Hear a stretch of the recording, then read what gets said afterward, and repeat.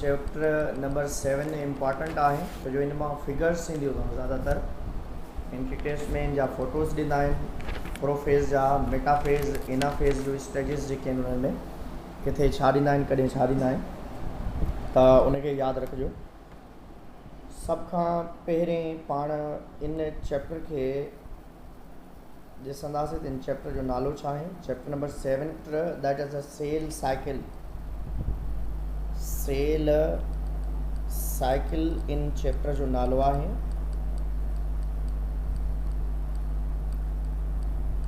Sale cycle repetitive division growth and division of the cell जो बार बार ठहण ऐं वरी उनजो टुटण ठहण वरी उनजो टुटण। हाणे ग्रोथ जे लाइ हिते जेको पाण वर्ड यूज़ कयूं था दैट इज़ द इंटरफेस ऐं डिवीजन जे लाइ हिते जेको वर्ड यूज़ कयो थो वञे उहो आहे एम फेस माइटोसिस फेस या मियोसिस फेस चवंदा आहियूं या जंहिंमें specially karyokinesis main process is karyokinesis. हाणे इहो सेल डिवीजन वारो जेको चैप्टर आहे इहो सॼो हिकिड़ी सेल थ्योरी जो हिकिड़ो पॉइंट आहे उन ते वर्क आहे। सेल थ्योरी जो हिकिड़ो point that given by Rudolf Virchow. Rudolf Virchow जेको हिकिड़ो पॉइंट इंट्रोड्यूस करायो त every living organism every living cell originated from the pre existing cell. माना पाण खां पहिरें जेको बि सेल मौजूदु आहे उहो डिवाइड थी करे ॿिए कंहिं सेल खे डेवलप करे सघे थो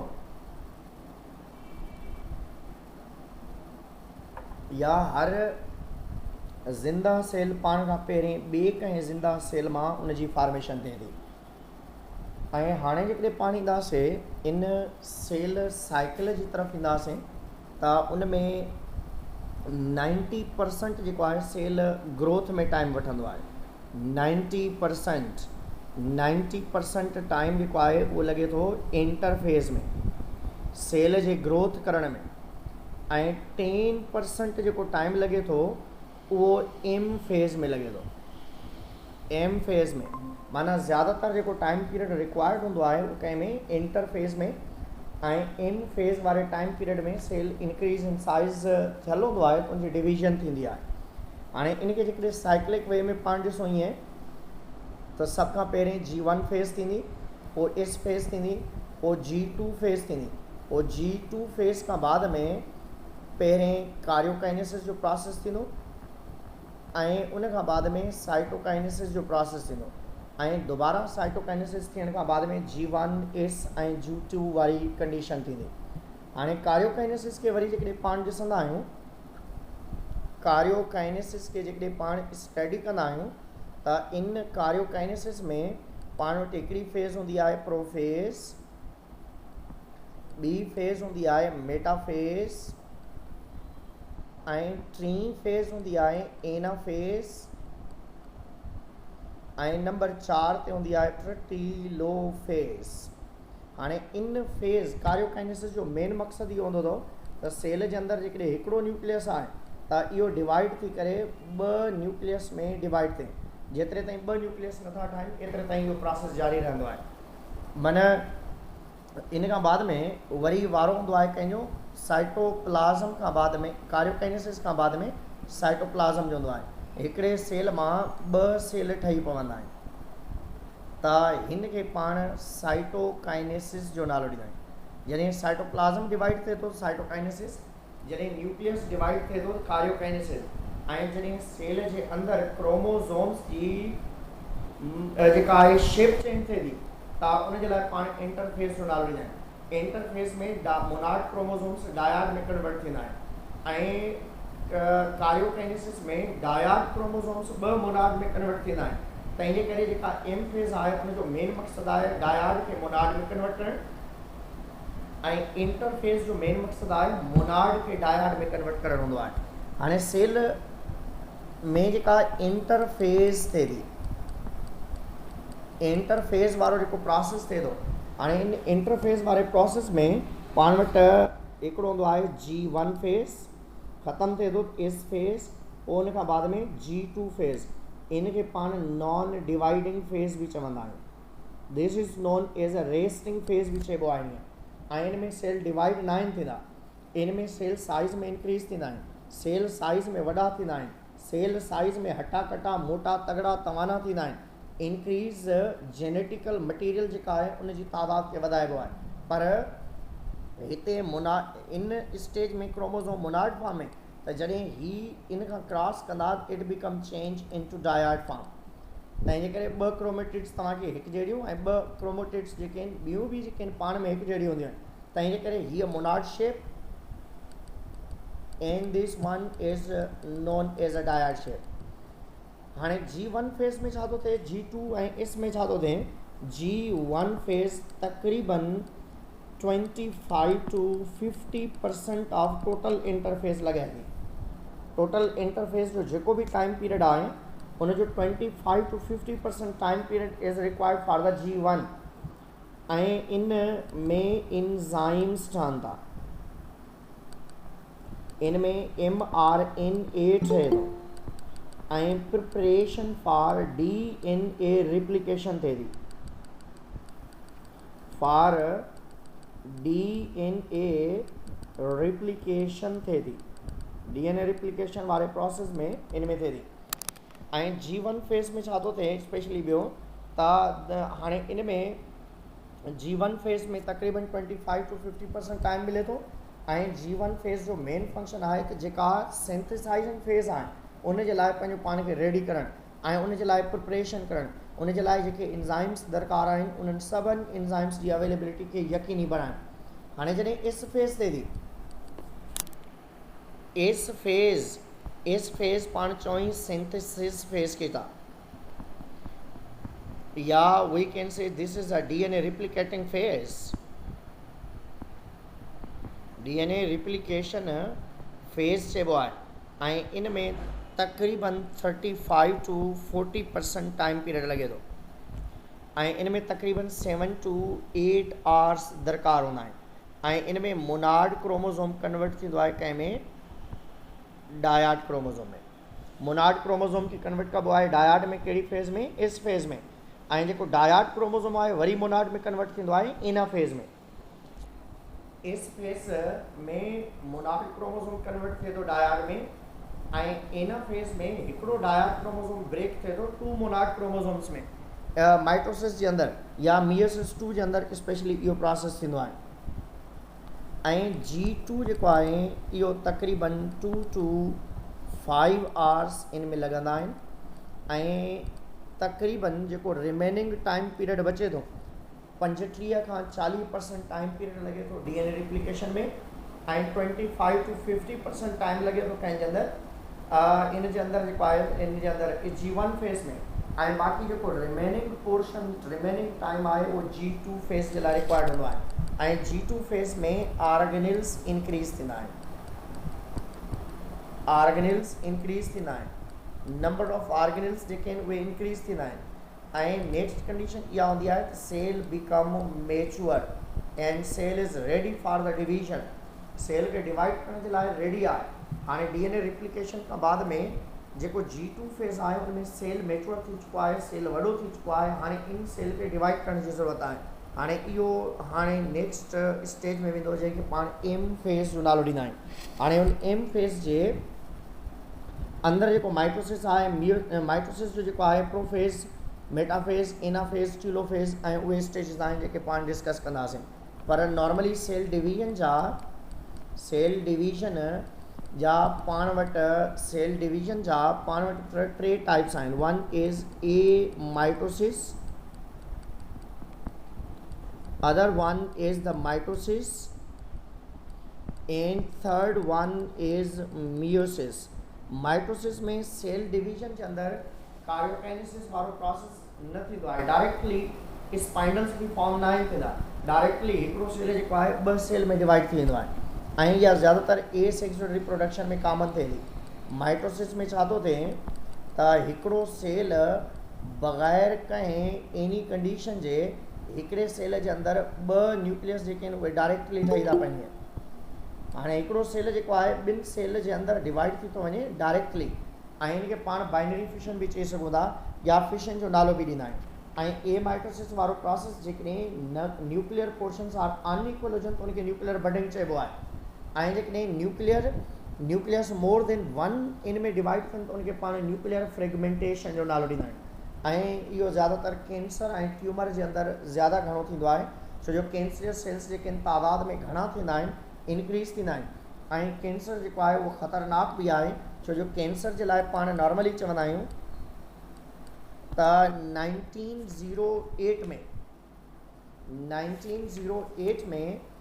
1908 में वेल्सन हिकिड़ो साइंटिस्ट हुयो जंहिं ट्रिप्सिन जी मदद सां स्पंज जेके सेल हुया उन्हनि ते उन एक्सपेरिमेंट करे ॾेखारियो। हाणे स्पंज सेल जेके आहिनि उहे पाण में हिक ॿिए सां कलेक्टिव हुया ईअं, पर जॾहिं इन ट्रिप्सिन जो अटैक करायूं एक्शन करायूं त इहे सेल हिक ॿिए खां सेपरेट थी विया।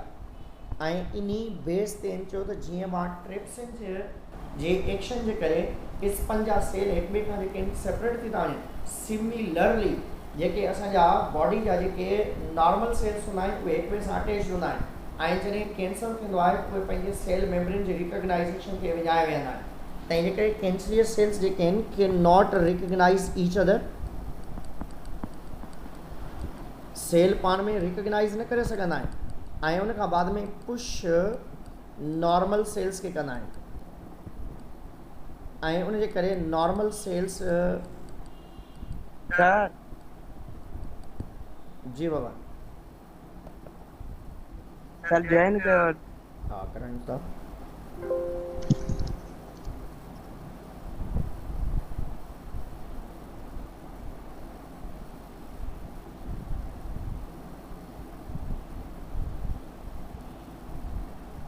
हाणे नॉर्मल सेल्स डाई थियनि था या डेथ करे था वञनि।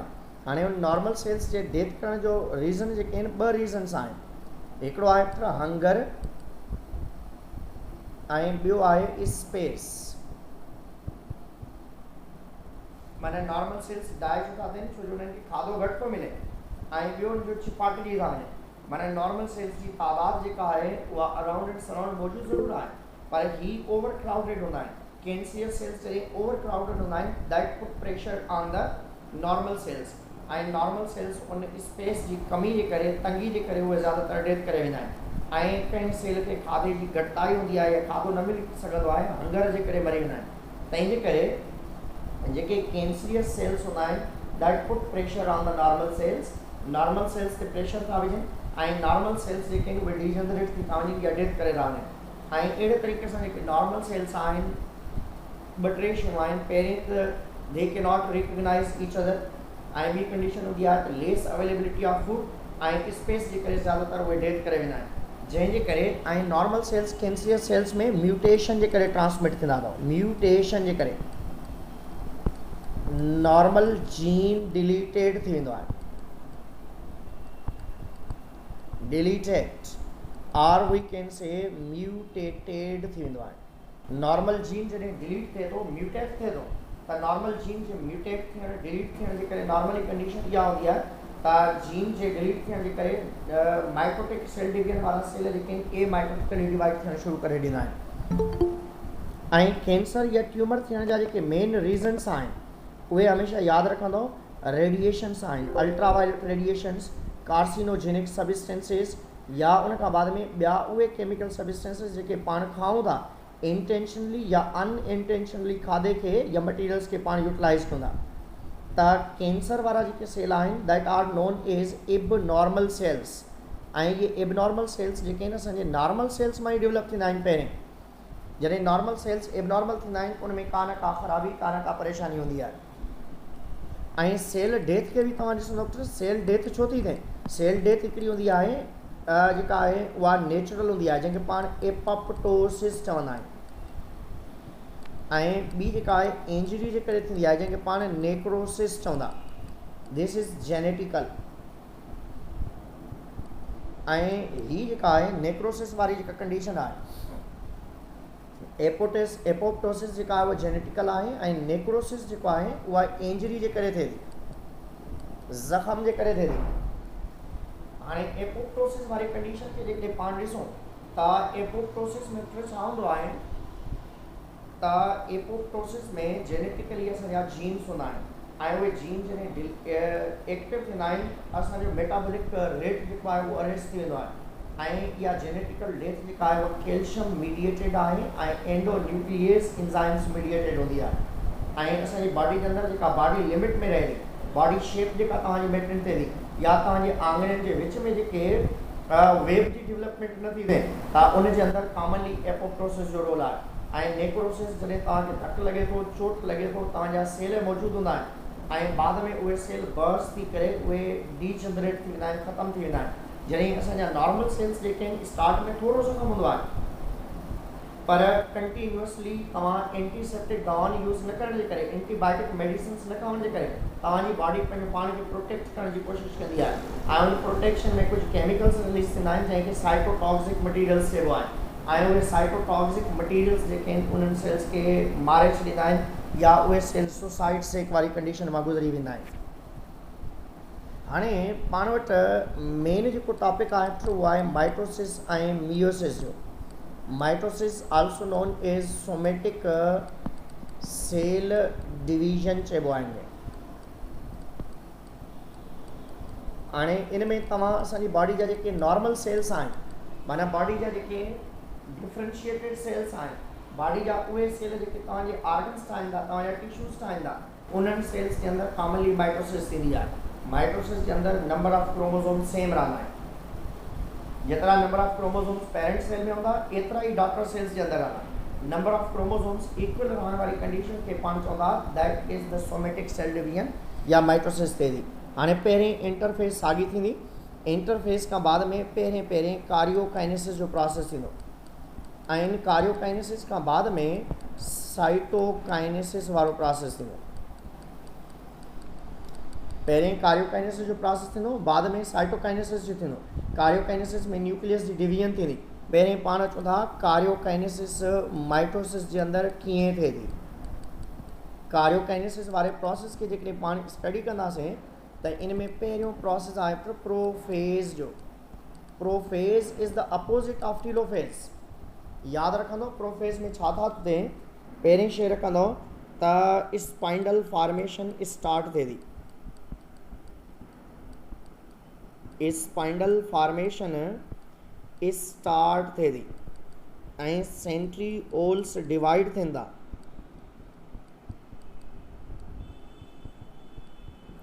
And move to opposite pole थींदा।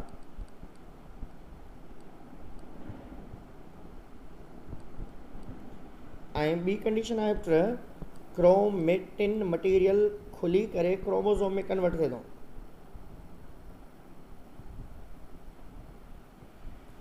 ऐं न्यूक्लियोलस डिसअपियर थिए थो।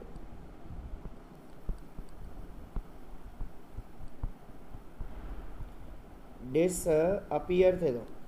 ऐं नेक्स्ट में इहो हूंदो त जेका न्यूक्लियर मेम्ब्रेन आहे उहा डिसअपियर थिए थी ऐं स्पाइंडल सॼे साइटोप्लाज़म जे अंदरि फैलिजी था वञनि। त अहिड़े तरीक़े सां न्यूक्लियर प्रोफेज़ में फॉर एग्ज़ाम्पल ही सेल मौजूदु आहे ऐं इन सेल जे अंदरि ही क्रोमेटिन मटीरियल आहे ऐं ही सेंट्रियोल्स आहिनि। हाणे नेक्स्ट स्टेज में छा थींदो त उन जे अंदरि जेके ही सेंट्रियोल्स आहिनि इहे अपोज़िट पोल ते हलिया वेंदा ऐं इन्हनि सेंट्रियोल्स मां नंढा नंढा स्पाइंडल्स निकिरणु शुरू थींदा ऐं क्रोमोसोम्स जेके आहिनि सॼे साइटोप्लाज़म में डिफरेंट एंगल्स में फैलिजी वेंदा।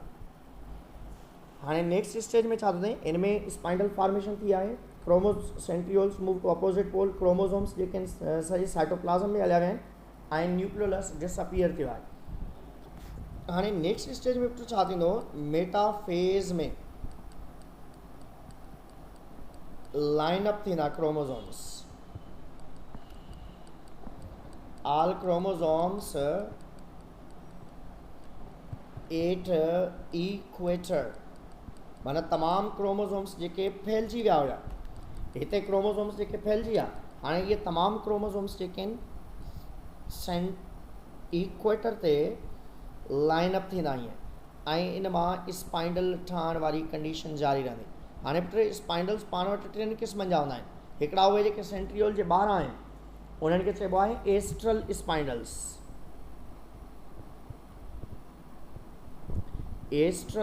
स्पाइंडल्स ऐं ॿिया उहे आहिनि जेके सेंट्रियोल खां इन इक्वेटर ताईं मौजूदु आहिनि दैट नोन एज डिसकंटिन्यूअस स्पाइंडल्स ऐं ॿिया उहे आहिनि जेके सेंट्रियोल टू सेंट्रियोल मौजूदु आहिनि दैट नोन एज कंटिन्यूअस स्पाइंडल्स। ऐं हिन स्टेज खे पाण नालो ॾींदासीं दिस इज़ मेटाफेज ऐं मेटाफेज खां बाद में नंबर 3 ते एनाफेज आहे। हाणे एनाफेज में छा थो थिए तमामु क्रोमोसोम्स जेके डायाड आहिनि उहे मोनाड में कन्वर्ट थींदा each dyad break into two monads में ब्रेक थींदा। हाणे कीअं फॉर एग्जाम्पल ही हिकिड़ो सेल आहे त उन जे अंदरि हर हिकिड़ो क्रोमोसोम 2 क्रोमोसोम्स में टुटे थो उनजो हिकिड़ो पार्ट हेठि ऐं हिकिड़ो पार्ट मथे जी तरफ़ थो वञे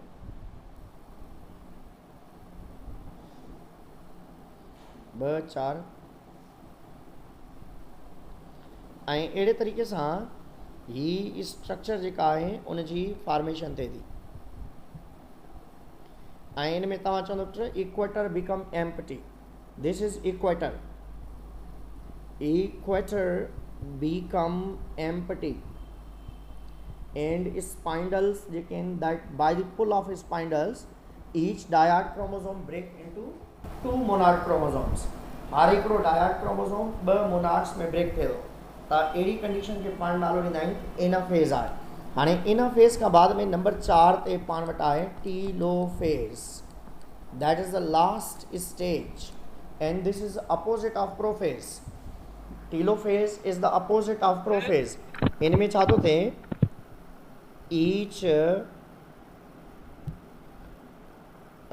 ईच या क्रोमेटिन मटीरियल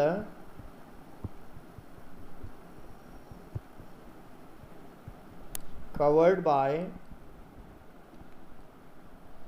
nuclear membrane ऐं इन में स्पाइंडल्स डिसअपियर थींदा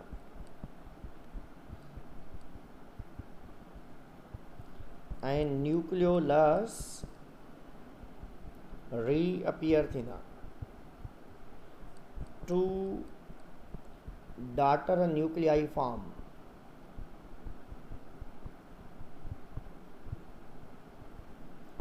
each possesses same number of chromosome is like parent cell जीअं पेरेंट सेल जे अंदरि क्रोमोसोम हुया जेकॾहिं पेरेंट सेल जे अंदरि पाण वटि केतिरा आहिनि हिते 6 क्रोमोसोम आहिनि हिन जॻह ते 1 2 3 4 पर इहे 6 क्रोमोसोम पाण डायाड फॉर्म में ठाहिया आहिनि हाणे हिन जॻह ते छा आहे 6 क्रोमोसोम आहिनि हिते पर उहे मोनाड फॉर्म में अवेलेबल आहिनि। पहिरें छा थींदो असां ही एनाफेज ठाहींदासीं ही 6 क्रोमोसोम मोनाड फॉर्म में एनाफेज में ठहिया आहिनि 2 4 6 एनाफेज में ठहिया आहिनि। हाणे एनाफेज खां बाद में नेक्स्ट स्टेज जॾहिं थींदी त उन जे अंदरि क्रोमोसोम 6 जा 6 क्वेलअप थी करे क्रोमेटिन मटीरियल ठहींदो ऐं सेंट्रियोल्स। हाणे इन खां बाद में नेक्स्ट स्टेज जेका हूंदी आहे उहा हूंदी आहे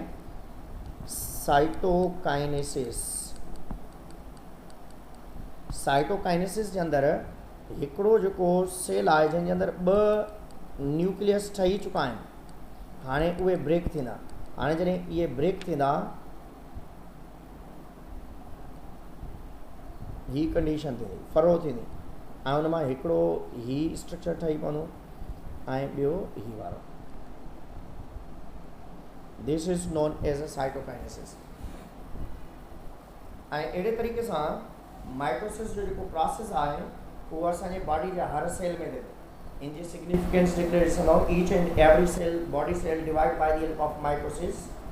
हर सेल असांजो माइटोसिस जी मदद सां डिवाइड थींदो ऐं हर बॉडी सेल में इक्वल नंबर ऑफ क्रोमोसोम्स हूंदा। ज़ायगोट खां वठी करे तमामु बॉडी जे ठहण ताईं तव्हांजा माइटोसिस जी मदद सां थींदा। वियरिंग एंड टीयरिंग माइटोसिस जी मदद सां थींदी। रीजनरेशन ऑफ बॉडी पार्ट्स जेका आहे उहा माइटोसिस जी मदद सां थींदी ऐं सिर्फ़ु स्पर्म ऐं ओवम जी फॉर्मेशन जेका आहे उहा मियोसिस जी मदद सां थींदी आहे। ऐं इन जे अंदरि जेनेटिकल इंफॉर्मेशन या क्वालिटी एंड क्वांटिटी सेम रहंदी अथव। माइटोसिस में नंबर ऑफ क्रोमोसोम सेम हूंदा, पेरेंट टू डॉटर सेल, ऐं इन जो रिज़ल्ट 2 सेल्स हूंदा। ऐं ॿी कंडीशन इहा हूंदी तव्हांजा each and every body cell is result of mitosis. ऐं ॿियो इहो हूंदो त इन में क्वालिटी ऐं क्वांटिटी में को बि फ़र्क़ु न हूंदो। जेको पेरेंटल सेल जे अंदरि जेनेटिकल इंफॉर्मेशन हूंदी सेम जेनेटिकल इंफॉर्मेशन उन डॉटर सेल में हूंदी, छो जो क्रॉसिंग ओवर हिन प्रोसेस जे अंदरि न थींदी आहे तंहिं करे।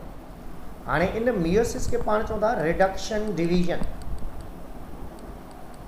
रिडक्शन डिवीजन चवंदा, आर ऑल्सो नोन एज सेक्स सेल डिवीजन जो नालो ॾिबो आहे। ऐं तमामु जेनेटिकल एबनॉर्मलिटीज़ जेके आहिनि, तमामु जेनेटिकल एबनॉर्मलिटीज़ जेके आहिनि असां वटि ऑलमोस्ट जेके आहिनि उहे इन मियोसिस जे करे ईंदियूं आहिनि। माना असांजी बॉडी जे अंदरि जेके जेनेटिकल एबनॉर्मलिटीज़ आहिनि उहे ज़्यादातर इन मियोसिस आहिनि। त जेनेटिकल जेके बि एबनॉर्मलिटीज़ आहिनि उहे पेरेंट्स टू ऑफस्प्रिंग जेके ट्रांसमिट थियनि थियूं उहे मियोसिस जे करे थींदियूं आहिनि। So meiosis is responsible for the genetical abnormalities from parents to offspring। माना सिस्टिक फेब्रियोसिस आहे, हंटिंगटन्स डिसऑर्डर आहे, या Down syndrome, Turner syndrome, Klinefelter syndrome, ये तमामु जेनेटिकल डिसऑर्डर्स जेके आहिनि उहे इन मियोसिस में एबनॉर्मल कंडीशन जे करे थींदा आहिनि। हाणे मियोसिस ॿिनि स्टेजिस ते मुश्तमिल आहे। हिकिड़ी आहे मियोसिस 1।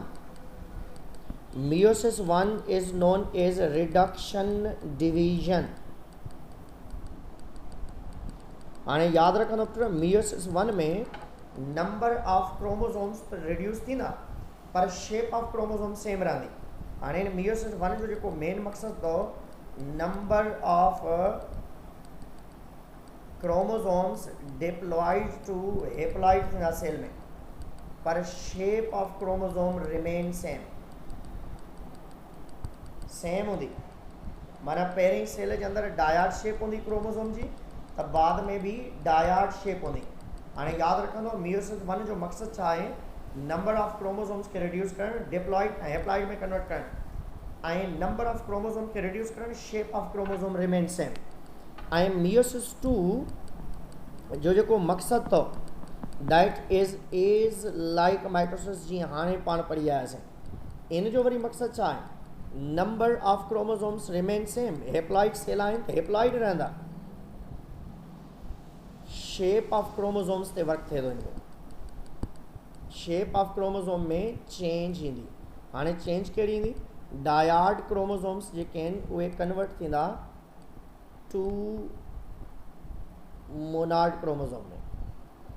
वरी दोबारा सम्झी वेंदो, मियोसिस 1 में मियोसिस 1 जो जेको रियल मक़सदु आहे उहो आहे नंबर ऑफ क्रोमोसोम्स खे रिड्यूस करणु, डिप्लॉइड खे हेप्लॉइड में कन्वर्ट करणु, ऐं शेप ऑफ क्रोमोसोम सेम रहंदी, डायड रिमेन डायड। मियोसिस 2 जो कमु आहे शेप ऑफ क्रोमोसोम चेंज थींदी, डायड क्रोमोसोम 2 मोनाड में कन्वर्ट थींदा, ऐं हेप्लॉइड सेल जेको आहे उहो हेप्लॉइड रहंदो, उनजे शेप नंबर ऑफ क्रोमोसोम में फ़र्क़ु ईंदो, सॉरी शेप ऑफ क्रोमोसोम में फ़र्क़ु ईंदो, पर नंबर ऑफ क्रोमोसोम सेम रहंदा। हाणे पाण ॾिसंदासीं मियोसिस 1 खे, जंहिंखे पाण रिडक्शन डिवीजन जो बि नालो ॾियूं था। रिडक्शन डिवीजन जो बि नालो ॾियूं था। हाणे इन में पहिरीं स्टेज आहे पाण वटि प्रोफेज़ 1। प्रोफेज़ 1 में माइटोसिस वारियूं सेम स्टेजिस थियनि थियूं। माना न्यूक्लियर मेम्ब्रेन डिसअपियर थिए थी, न्यूक्लियोलस डिसअपियर थिए थो, स्पाइनल फॉर्मेशन स्टॉप थिए थी, स्टार्ट थिए थी। इहे तमामु शयूं सेम हूंदियूं आहिनि, पर उन सां गॾोगॾु एडिशनली कुछ स्टेजिस भी थींदियूं आहिनि जंहिंजे करे प्रोफेज खे वरी डिवाइड कयो वियो आहे, जंहिंखे पाण लेप्टोटीन ऐं उन खां बाद में ज़ाइगोटीन ला ज़ुबैदा पकोड़े दे दे ऐं उन खां बाद में पेकाइटीन and fourth one is daplotin and fifth one is dikinesis. त ही चार मेन फेजेस आहिनि पंज, लेप्टोटीन, ज़ाइगोटीन, पेकाइटीन, डिप्लोटीन, डायकाइनेसिस जे लिहाज़ सां पाण नालो ॾेई सघूं था। हाणे जॾहिं पाण पहिरीं स्टेज खे ॾिसंदासीं जेका लेप्टोटीन आहे, इन लेप्टोटीन के पाण जेके ॾिसंदासीं इन में क्रोमोसोम्स जेके थिन हुया, थिन क्रोमोसोम्स जेके आहिनि उहे थिक थींदा, माना क्रोमोनेमा जेके आहिनि it become change into chromosomes, जेके थ्रेड लाइक क्रोमोसोम्स हुया हाणे उहे जेके आहिनि पंहिंजी शेप खे मेंटेन करण जी कोशिशि कंदा अहिड़े तरीक़े सां, ऐं हीअ अहिड़ी शेप हूंदी आहे जेका बाद में अॻिते हली करे उहा क्लियर थींदी आहे। हाणे इन लेप्टोटीन में छा थो थिए, क्रोमोसोम्स जेके आहिनि thin chromosomes become thick and become more clear, या जेके आहिनि शेप जेका आहे उहा डेवलप थियणु शुरू थींदी आहे। लेप्टोटीन खां बाद में जेका ज़ाइगोटीन स्टेज आहे, हिन में ॿ क्रोमोसोम्स जेके होमोलागस आहिनि, माना ही हिकिड़ी इंफॉर्मेशन जे लाइ आहे, सेम क्रोमोसोम ही ॿी उन इंफॉर्मेशन जे लाइ आहे। हाणे इहे पाण में अटैच थियणु शुरू थींदा आहिनि जंहिंखे पाण नालो ॾींदा आहियूं सेनेप्स, सेनेप्सिस चइबो आहे इनखे। सेनेप्सिस जो मतिलबु आहे पेयरिंग ऑफ होमोलागस क्रोमोसोम्स। हाणे पेयरिंग ऑफ होमोलागस क्रोमोसोम्स कंहिंजी मदद सां थिए थो, by the help of synaptonemal complex protein जी मदद सां। सेनेप्टोनेमल कम्प्लेक्स प्रोटीन जी मदद सां इनजी अटैचमेंट थिए थी, माना ॿ होमोलागस क्रोमोसोम्स जो मतिलबु आहे माना ॿ उहे क्रोमोसोम्स जेके हिकिड़ी पेयर जा आहिनि, हिकिड़ी इंफॉर्मेशन वारा आहिनि, उहे पाण में अटैच थींदा ऐं उन अटैचमेंट वारी प्रोसेस खे पाण नालो ॾींदा आहियूं सेनेप्स, ऐं जनरली पाण नालो ॾींदासीं त that are the tetrads. Tetrads become more clear, या चवंदा आहियूं त बायोवेलेंट फॉर्म्स जेका आहे उहा कॉमनली इनजी फॉर्मेशन थी आहे। It start at the one more जेके आहिनि एग्जैक्टली जेके आहिनि कॉमनली जेके आहिनि असांखे ही स्ट्रक्चर्स जेके आहिनि उहे नज़र ईंदियूं आहिनि। हाणे ज़ाइगोटीन खां बाद में जेका डेप्लोटीन वारी स्टेज आहे that's more important. Federal board में पेकाइटीन जे लाइ हाँ पेकाइटीन हाँ पेकाइटीन अपट्रिन में पेकाइटीन में अञण बि वधीक क्रोमोसोम्स जेके आहिनि उहे क्लियर थी वेंदा आहिनि। क्रोमोसोम्स बिकम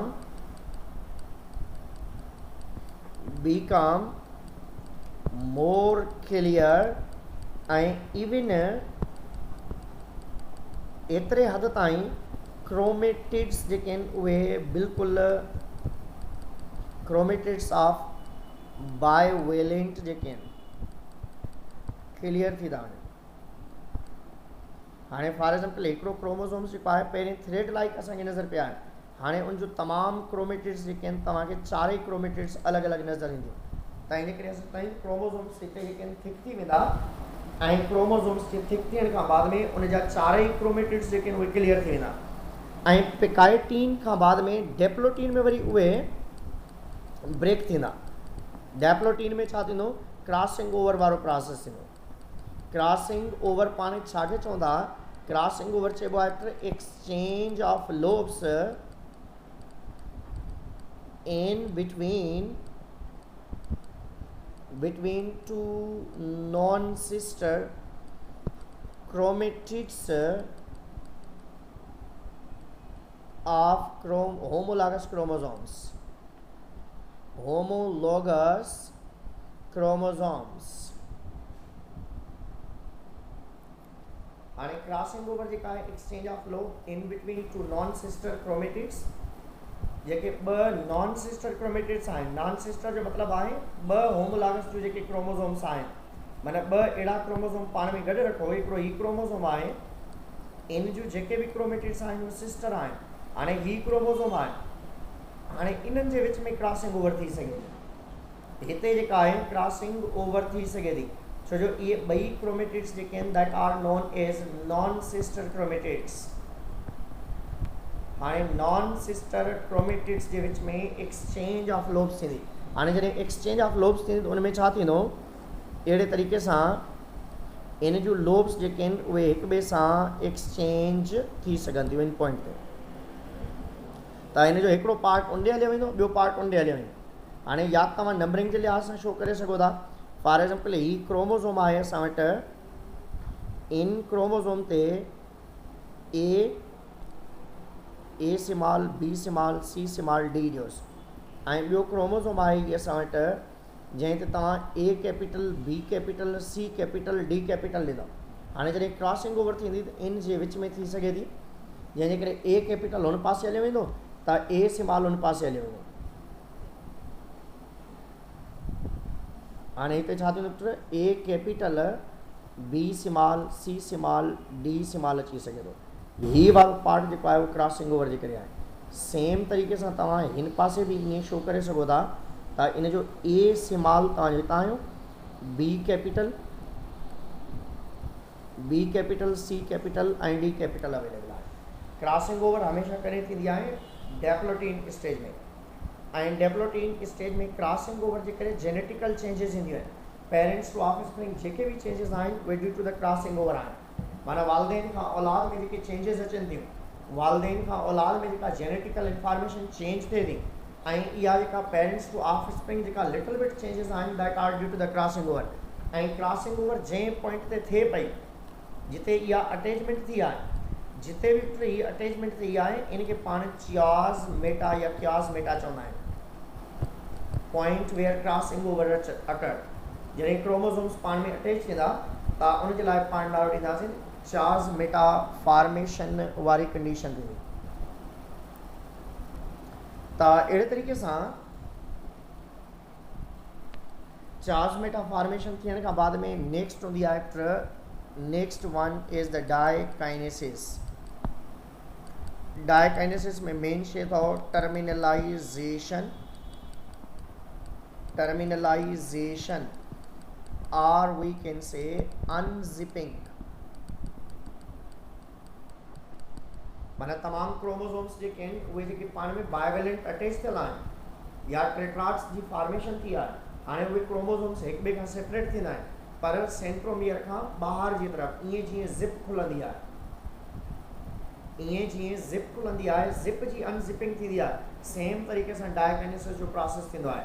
माना क्रोमोसोम्स जेके एक्सचेंज थिया आहिनि हाणे उहे सेपरेट थींदा, पर सेपरेट थियण जे बावजूद भी जेके क्रोमोसोम्स क्रॉसिंग ओवर में इन्वॉल्व हुआ उन्हनि जूं चोटियूं पाण में अटैच्ड रहंदियूं हुयूं, ऐं इन्हनि जी अटैचमेंट टिल एनाफेज़ 2 ताईं रहंदी,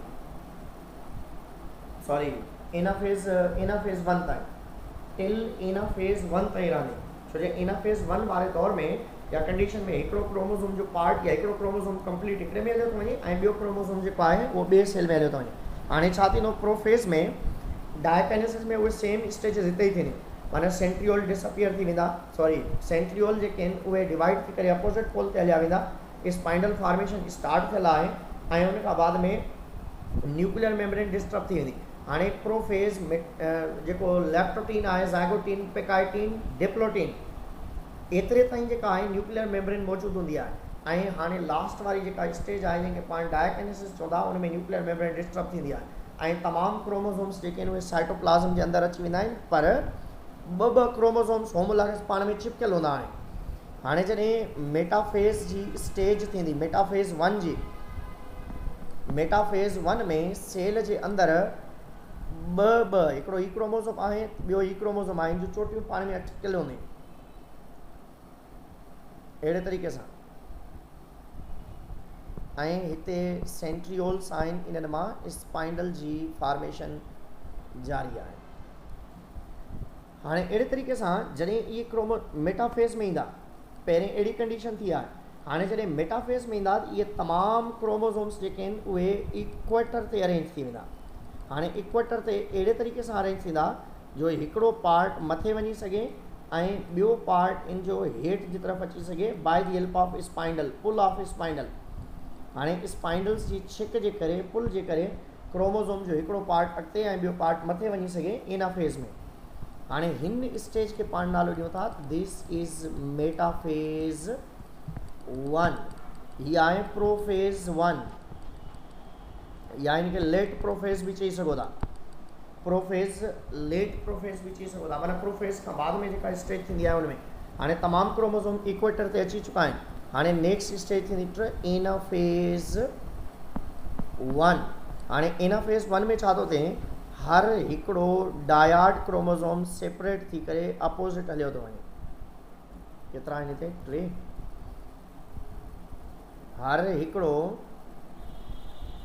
हर हिकिड़ो क्रोमोज़ोम इन जगह ते सेपरेट थी करे अलॻि थी थो वञे।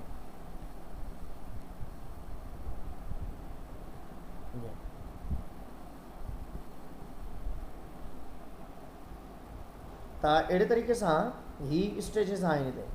हाणे इन कंडीशन में हिते इक्वेटर एम्प्टी थी थो वञे, पर यादि रखंदो this is complete dyad chromosome, this is a complete dyad chromosome. हाणे जेका नेक्स्ट जेका स्टेज थींदी जंहिंखे पाण एनाफेज़ खां बाद में कार्योकाइनेसिस जो नालो ॾींदासीं। हाणे इन में टीलोफेज़ जो नालो ॾींदासीं, टीलोफेज़ 1। हाणे टीलोफेज़ 1 में छा थो थिए, हिकिड़े सेल जे अंदरि जेके बि क्रोमोज़ोम्स आहिनि उहे सभु जा सभु क्रोमोज़ोम अलॻि अलॻि रहंदा, पर ही इक्वलप न थींदा। हिते पाण जीअं पहिरें पढ़ी आयासीं हिन में त प्रोफेज़ ऐं टीलोफेज़ अपोज़िट हूंदा आहिनि, पर ही शइ हिते डिफरेंट आहे। छो जो इन जॻह ते टीलोफेज़ में जेके क्रोमोज़ोम्स आहिनि उहे अनकॉइल्ड फॉर्म में रहंदा आहिनि, त जीअं अॻिते हली करे दोबारा इन्हनि खे खोलण जी ज़रूरत न पए। हाणे टीलोफेज़ 1 खां बाद में साइटोकाइनेसिस जो प्रोसेस थिए थो। साइटोकाइनेसिस खां बाद में हिकिड़े सेल जे अंदरि जेके क्रोमोज़ोम्स मौजूदु आहिनि, 3 ठाहे छॾींदो ईअं, न्यूक्लियस आहे ईअं।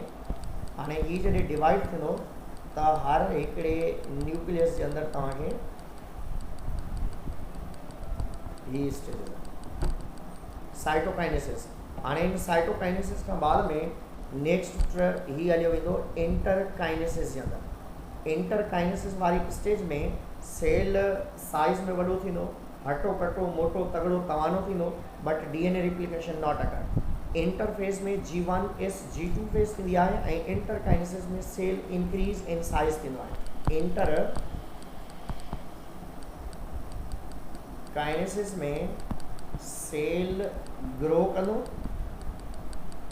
But DNA replication do not occur.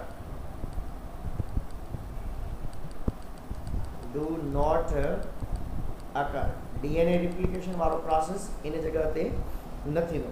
हाणे जॾहिं DNA replication वारो प्रोसेस इन में न थींदो त सेल जे अंदरि क्रोमोज़ोम जी शेप जेका आहे उहा कहिड़ी रहंदी, सेम डायड रहंदी। हाणे इहो नेक्स्ट स्टेज जेका आहे उहा तव्हां वटि meiosis 2 आहे। meiosis 2 is exact is like mitosis आहे। हाणे हिन में छा थो थिए, ही हिकिड़ो सेल था खणो जंहिंजे न्यूक्लियस जे अंदरि 3 क्रोमोज़ोम्स तव्हांखे मिलियल आहिनि। हाणे इन्ही खे पहिरें पाण खणी हलंदासीं प्रोफेज़ में। प्रोफेज़ 2 में प्रोफेज़ 2 में न्यूक्लियर मेम्ब्रेन डिसअपियर थींदी। हिते न्यूक्लियर मेम्ब्रेन मौजूदु अथसि, हिते सेंट्रीओल्स डिवाइड थींदा, उन मां स्पाइंडल ठहणु शुरू थींदा ऐं क्रोमोज़ोम जेको आहे डिफरेंट एंगल्स में स्कैटर्ड थी वेंदो, न्यूक्लियोलस डिसअपियर थी वेंदो, क्रोमोज़ोम्स जेके आहिनि उहे खुली करे ॿाहिरि निकिरी वेंदा। ऐं अहिड़े तरीक़े सां प्रोफेज़ में तमामु स्टेजिस थींदियूं सवाइ क्रोमोटिन मटीरियल मां क्रोमोज़ोम्स जे ठहण वारी कंडीशन। त उहा क्रोमेटिन मटीरियल अनक्वेल थी करे क्रोमोज़ोम्स ठाहिनि, पर हिते असां चवंदासीं त क्रोमोज़ोम्स जेके आहिनि ऑलरेडी न्यूक्लियस जे अंदरि खुलियल फॉर्म में अवेलेबल आहिनि या क्रोमोज़ोम्स जी फॉर्म में अवेलेबल आहिनि। हाणे तमामु क्रोमोज़ोम्स जेके आहिनि मेटाफेज़ वारी स्टेज में लाइनअप थींदा। हाणे जॾहिं मेटाफेज़ 2 में क्रोमोज़ोम्स लाइनअप थींदा त उहे हिते मौजूदु हूंदा ऐं स्पाइंडल इन्हनि खे ॿिन्हिनि तरफ़नि खां अटैच थींदो वञे। All chromosomes arrange at equator वाली कंडीशन थी। ऐं नेक्स्ट फेज़ आहे इनाफेज़ 2। इनाफेज़ 2 में छा हूंदो आहे, each dyad chromosome break into 2 monad chromosomes. हर हिकिड़ो जेको डायड क्रोमोसोम आहे उहो मोनॉड में ब्रेक थींदो ऐं इक्वेटर बिकम एम्प्टी थींदो। ऐं अहिड़े तरीक़े सां टीलोफेज़ वारी स्टेज थींदी। ऐं टीलोफेज़ 2 वारी स्टेज में हिकिड़े सेल जे अंदरि अहिड़े तरीक़े सां क्रोमोसोम्स जेके आहिनि उहे कोयलप थी वेंदा आहिनि ऐं इन में हिकिड़े सेल जे अंदरि 2 न्यूक्लियस ठहंदा, पर ॿिन्हिनि न्यूक्लियाई जे अंदरि हाफ नंबर ऑफ क्रोमोसोम्स हूंदा। हाणे ॾिसो कीअं, फॉर एग्जाम्पल पहिरें जेको न्यूक्लियस पाण पढ़ी आयासीं उन में पहिरें ॾिसंदासीं केतिरा क्रोमोसोम्स हुया।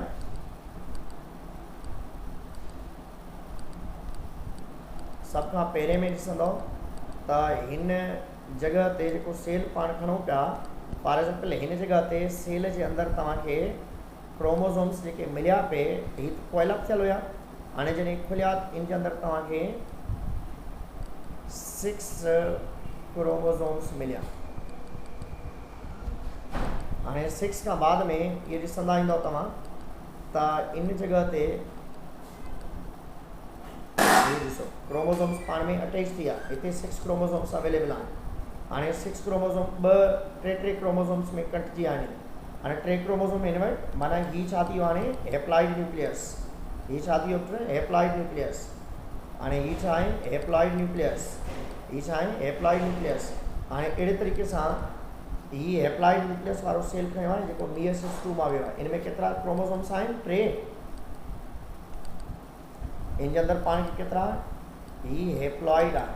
हाणे ही हेप्लॉइड आहे जेको मियोसिस 2 में आयो आहे। हाणे हिन लास्ट स्टेज में ॾिसंदव हिते जेको पाण ठाहिया आहिनि, हर हिकिड़े न्यूक्लियस जे अंदरि अॻिते हली करे तव्हांखे 3 मोनॉड क्रोमोसोम्स मिलंदा।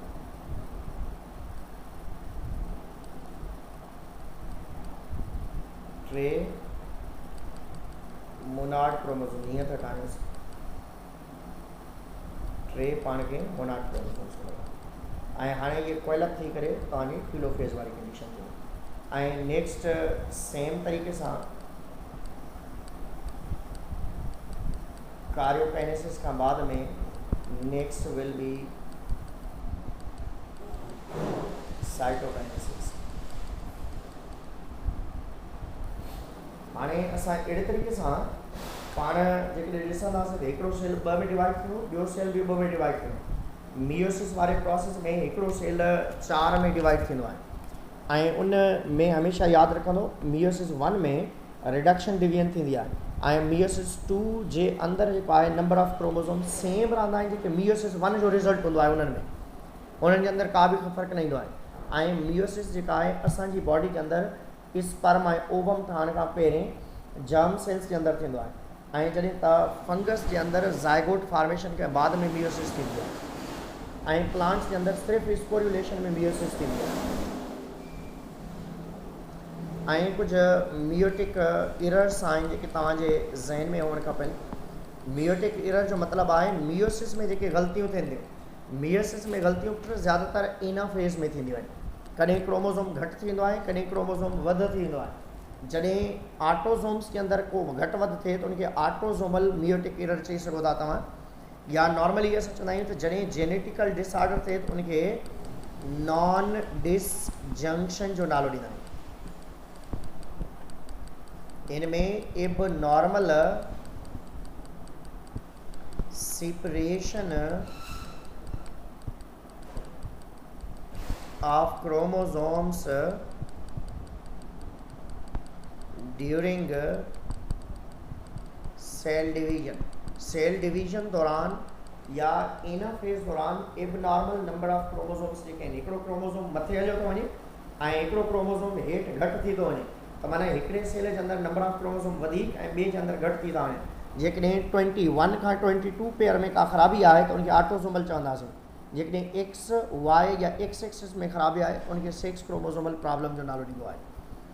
हाणे अहिड़े तरीक़े सां जंहिं जानदार जे अंदरि क्रोमोज़ोम जी ख़राबी हूंदी उनखे एनोप्लाइडी कंडीशन चइबो आहे। एनोप्लाइडी नंबर ऑफ क्रोमोज़ोम्स जेके आहिनि हेप्लाइड हूंदा आहिनि, डिप्लाइड हूंदा आहिनि, ट्रिप्लाइड हूंदा आहिनि ऐं उन जे लाइ पाण नॉर्मली यूज़ कंदा आहियूं। नंबर ऑफ क्रोमोज़ोम्स जेके आहिनि हेप्लाइड हूंदा आहिनि, डिप्लाइड हूंदा आहिनि या ट्रिप्लाइड जे लिहाज़ सां पाण कॉमनली यूज़ कंदा आहियूं।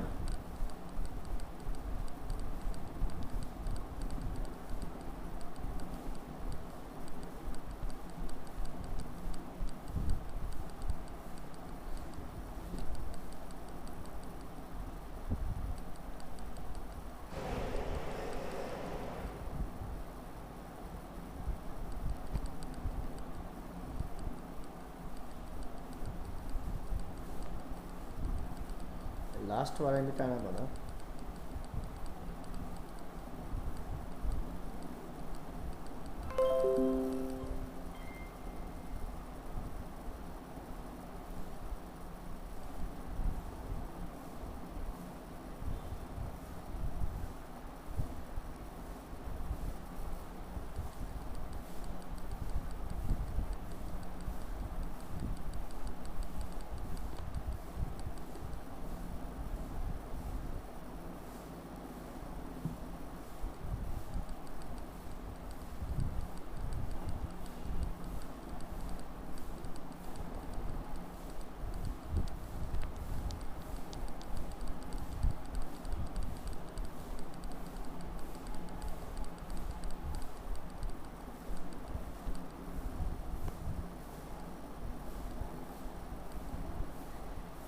हाणे पाण वटि हिकिड़ो आहे नंबर 1 ते पाण वटि आहे डाउन सिंड्रोम।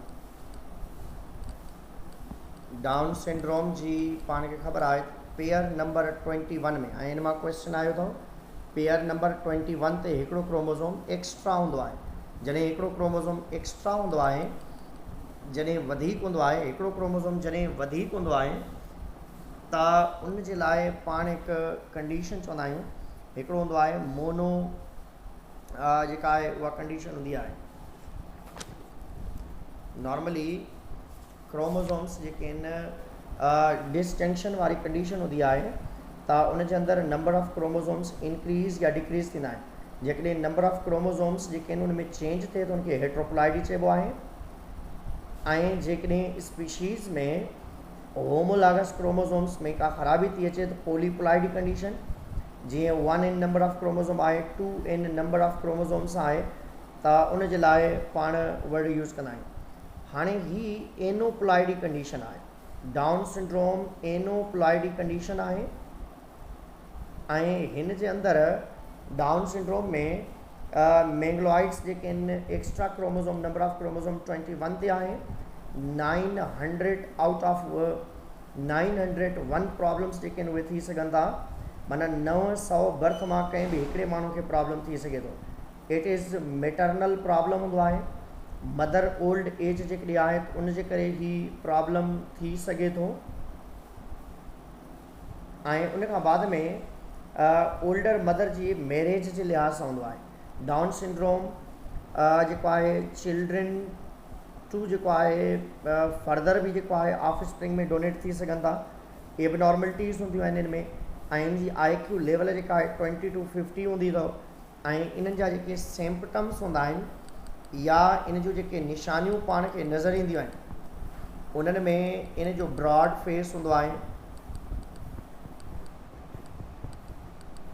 ब्रॉड फेस हूंदो आहे ऐं उन खां बाद में इन जूं आइज़ फोल्डेड हूंदियूं आहिनि।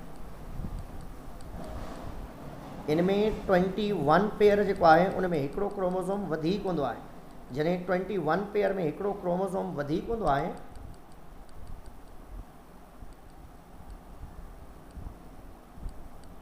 त अहिड़ी कंडीशन जेके आहिनि हिकिड़ी कंडीशन पाण नालो ॾींदा आहियूं मोनॉइड सॉरी छा चवंदा आहियूं 2n-1 2n+1।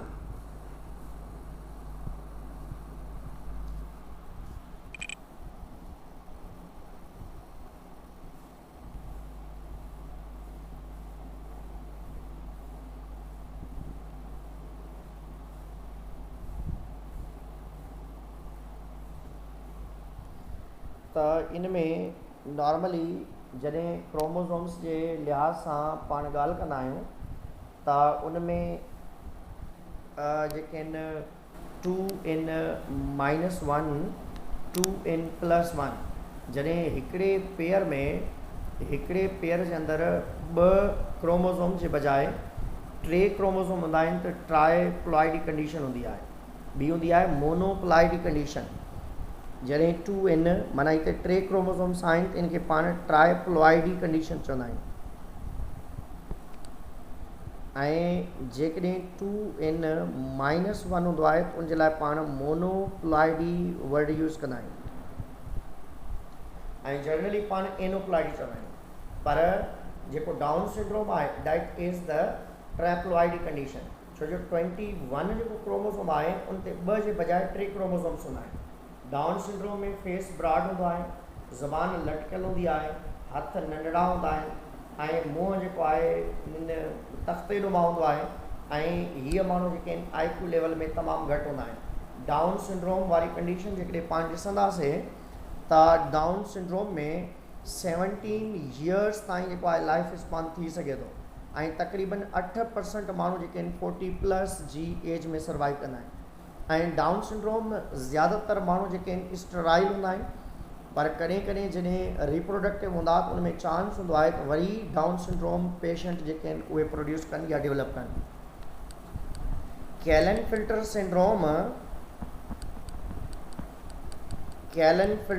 सिंड्रोम वारी जेका कंडीशन आहे उन में XY वारी कंडीशन आहे। इन में फीमेल जहिड़ा करेक्टर ऐं इन में मेल जहिड़ा करेक्टर हूंदा आहिनि, माना इन में मेल ऐं फीमेल वारा ॿई करेक्टर्स तव्हांखे मिली सघनि था। मेल वारा करेक्टर मॉस्टिचस हूंदा, ॾाढ़ी मुछ हूंदा ऐं उनजो जेको बॉडी स्ट्रक्चर हूंदो मेल लाइक हूंदो। फीमेल वारा जेके आहिनि उन में ब्रेस्ट डेवलपमेंट हूंदी ऐं हलण जो स्टाइल जेको आहे फीमेल वारो हूंदो ऐं अहिड़े तरीक़े सां फीमेल वारियूं अदाऊं जेके आहिनि उनजी बॉडी जे अंदरि जीअं असां वटि हिजड़ा अवेलेबल आहिनि। ऐं कैलन-फिल्टर सिंड्रोम जेको आहे 1 आउट ऑफ 1000 मां को बि हिकिड़ो माण्हू जेको आहे अहिड़े क़िस्म जी बीमारी में मुब्तला थी सघे थो या जेनेटिकली डिसऑर्डर थी सघे थो उन माण्हू में। हाणे इन खां बाद में पाण वटि आहे टर्नर सिंड्रोम जेका आहे उहा 2n-1 प्रॉब्लम अथव। This is sex linked problem आहे ऐं उन खां बाद में सेक्स क्रोमोसोमल डिसऑर्डर आहे जंहिंमें कंप्लीट सेक्स क्रोमोसोम जो डिफेक्ट आहे। दिस इज़ जेनेटिकल डिसऑर्डर ऐं हिन में XO हूंदो आहे, माना हिकिड़ो जेको X क्रोमोसोम आहे उहो एब्सेंट हूंदो आहे ऐं अहिड़ी कंडीशन में ज़्यादातर छोकिरियूं हूंदियूं आहिनि, कद जो नंढड़ियूं हूंदियूं आहिनि, स्टेराइल हूंदियूं आहिनि, मैथमेटिक्स में वीक हूंदियूं आहिनि ऐं एतिरी जेका आहे उन्हनि जी स्ट्रॉन्ग या स्ट्रेंथ न हूंदी आहे।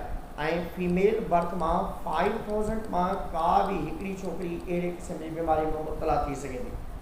इन्हनि जे शोल्डर ते स्किन बल्ज हूंदी आहे, नेक एंड शोल्डर वारे रीजन ते ऐं हीअ ज़्यादातर जेके आहिनि एतिरी IQ लेवल इन्हनि जी बहितर न हूंदी आहे, मैथमेटिक ऐं ऑब्जेक्ट परसेप्शन में एतिरियूं बहितर न हूंदियूं आहिनि ऐं इनखे पाण मोनोज़ोमी कंडीशन नालो ॾींदा आहियूं।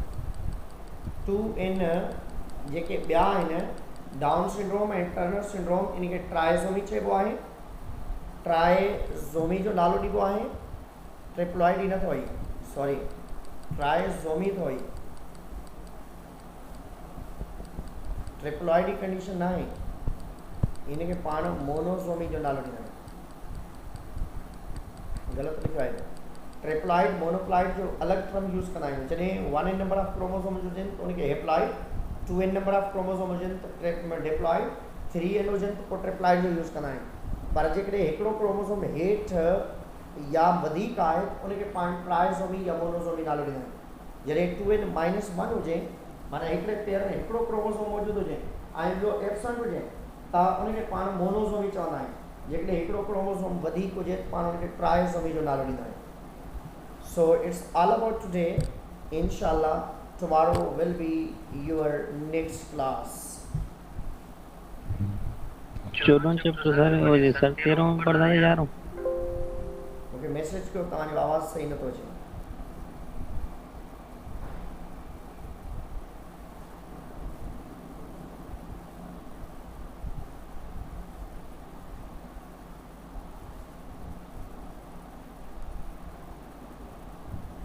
बाबा मैसेज कयो। चैप्टर नंबर 11 रहियल आहे बसि, 11, 12, 13।